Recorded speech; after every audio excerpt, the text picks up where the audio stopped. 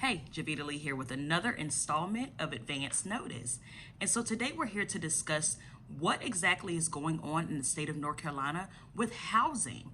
As many of us know, several counties in the state would be considered to be experiencing a housing crisis, with communities being displaced by gentrification and tax increases, or corporations buying out families from their lifelong homes for much less than they're actually worth.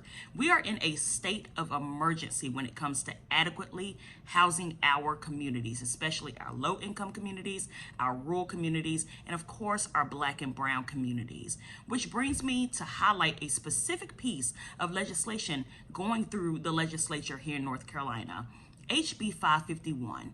HB 551, this bill will ban cities and counties from enacting source of income non-discrimination policies, meaning that no local governments could institute protections for those who use Section 8 funding or VASH vouchers, which are vouchers that provide housing to veterans. There's an exception with Charlotte and Mecklenburg because they have their own set of policy that has already been enacted, but this could halt all of the movement that is going on in Durham County in regards to enacting non-discrimination policies.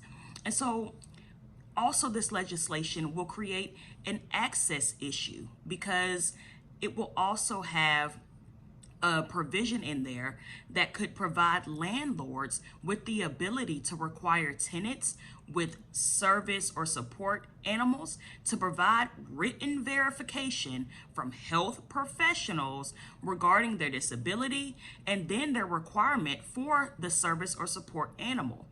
But when we think of the demographic of people who may be disabled or the demographic of low-income folks, the demographic of rural folks, we know that access to healthcare is already a barrier. So the expectation that they will have the ability to provide this additional documentation is completely unrealistic and yet another barrier.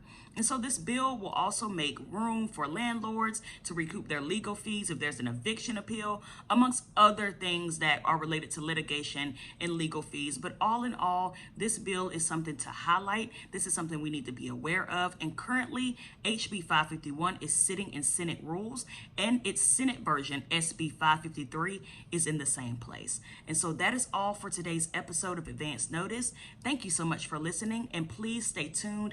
Keep following us at Advance Notice on Instagram. Follow us on Facebook. Engage with us. And we'll be back next time with more information for you. Take care.